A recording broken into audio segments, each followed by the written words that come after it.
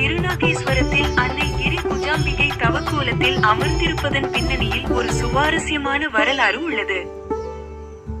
முன்பு ஒருமுறை பிருகு முனிவர் சிவபெருமானை மட்டுமே வழிபட வேண்டும் என்ற உறுதியான கொள்கையோடு இந்த தலத்திற்கு வந்தார்.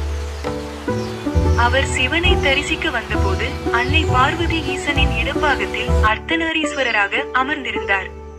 இருவரும் இணைந்து இருந்ததால் அவர்களை தனித்தனியாக வலம் வர முடியாது என்று முனிவர் கருதினார்.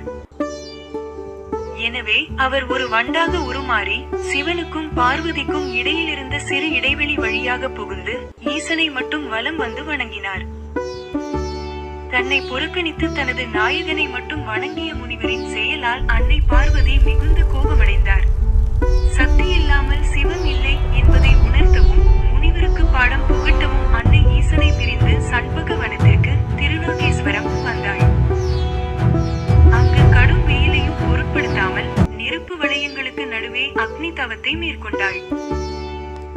அன்னையின் அந்த தவத்தின் உக்கிரத்தால் இத்தலமே வெப்பமானது.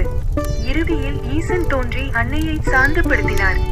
இன்றும் அன்னை அதே தவக்கோலத்தில் லட்சுமி மற்றும் சரஸ்வதியுடன் அருள்பாலிப்பதால் அவளது மேனி வெப்பத்தை குறைக்கவே நீர் அபிஷேகம் செய்யப்படாமல் புனுகு சட்டம் மட்டும் சாத்தப்படுகிறது.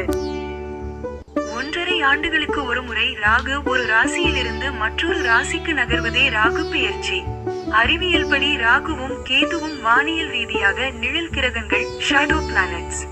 பூமியின் சுற்றுப்பாதையும் நிலவின் சுற்றுப்பாதையும் வெட்டும் புள்ளிகளே இவை. இந்த மாற்றங்களின் போது புவியீர்ப்பு மற்றும் கதிர்வீச்சில் ஏற்படும் மாற்றங்கள் மனிதர்களின் மனநிலையை பாதிக்கும் என்பார்கள்.